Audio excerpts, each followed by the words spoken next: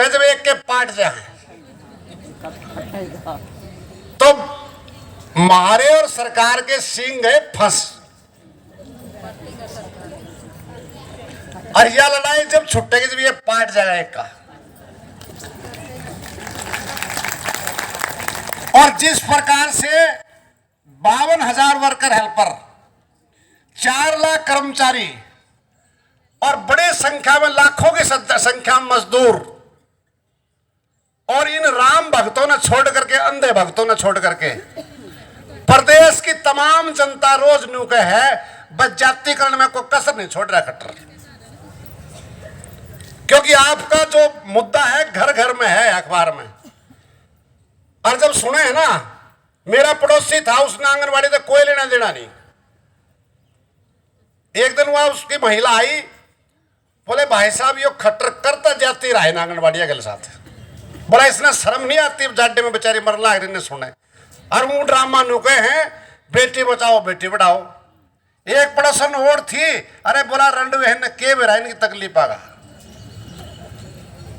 इसलिए हम ये करें, जिस प्रकार से व्यापक समर्थन आपके आंदोलन के साथ जुड़ रहा है, उसके दम पे हम कह सकते हैं कि सींग पाटेंगे सरकार के, अपन नहीं पाटे।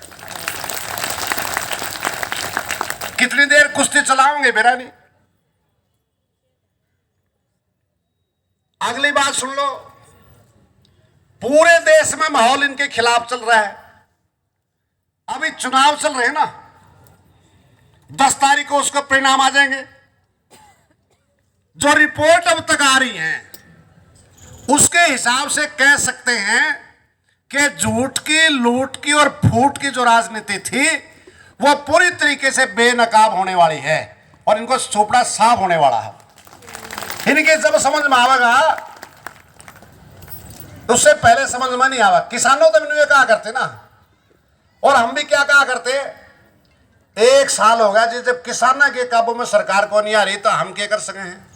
क्या करते ना क्या करते। और इन्हें बदनाम करने में कोई कसर नहीं छोड़ी। अच्छे अच्छे ईमानदार आदमी को, मेहनती को बदनाम कर सकते हैं ये लोग। क्या कहा? स्वयं प्रधानमंत्री ने कहा किसानों को ये आंदोलन जीवी हैं, परजीवी हैं। और इनके गुर्गों ने क्या कहा? ये खालिस्तानी है, पाकिस्तानी है, मदद आ रही है बाहर से।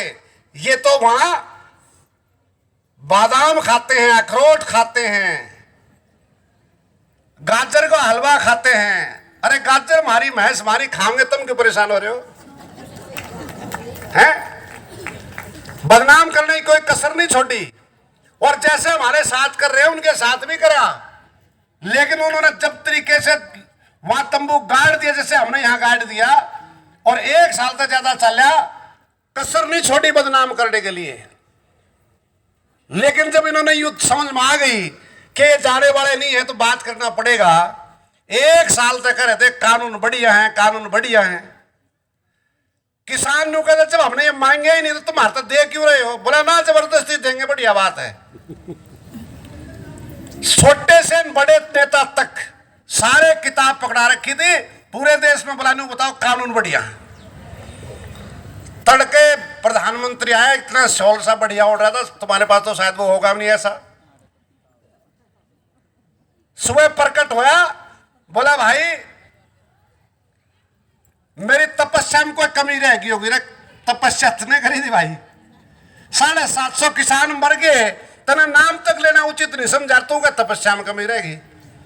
बोला कानून तो ठीक है लेकिन मेरी तपस्या में कमी रहेगी, हम बता नहीं पाए, इसलिए मैं देश की जनता से माफी मांगू और कानून उल्टे ले रहा हूं। अहंकार नहीं टूटा। जैसे उसकी कुत्ते की दुम उसमें नलकी में डालेगा ना, निकालेंगे उल्टी के टेढ़े टेढ़े पाओगे। अहंकार नहीं छूटा, बात नहीं करी उनसे, कानून उल्टे ले लिए ना, जब बनाए जब किसी की सुनी ना, जब उल्टे लिए पार्लियामेंट में जब किसी की सुनी। पहले भी ऐसे बना दे, उल्टे वैसे ले लिए, चर्चा नहीं होनी चाहिए। इसलिए किसानों को जो बदनाम कर रहे थे उस टाइम भी क्या कहते हैं, आज पूरे देश में एक नैरेटिव सेट कर रखा है कि जो मोदी और अमित शाह ये कह दें वो तो है ठीक और बाकी सारे गलत। सारे देश को बेचने लग रहे हैं, रेल को, तेल को, भेल को। अभी बता रहे थे चंडीगढ़ का, परसों रात को मुझे गिरफ्तार कर लिया वहां से। चंडीगढ़ के बिजली के महकमे को बेच रहे हैं। और मैं तुम्हें बताऊं तो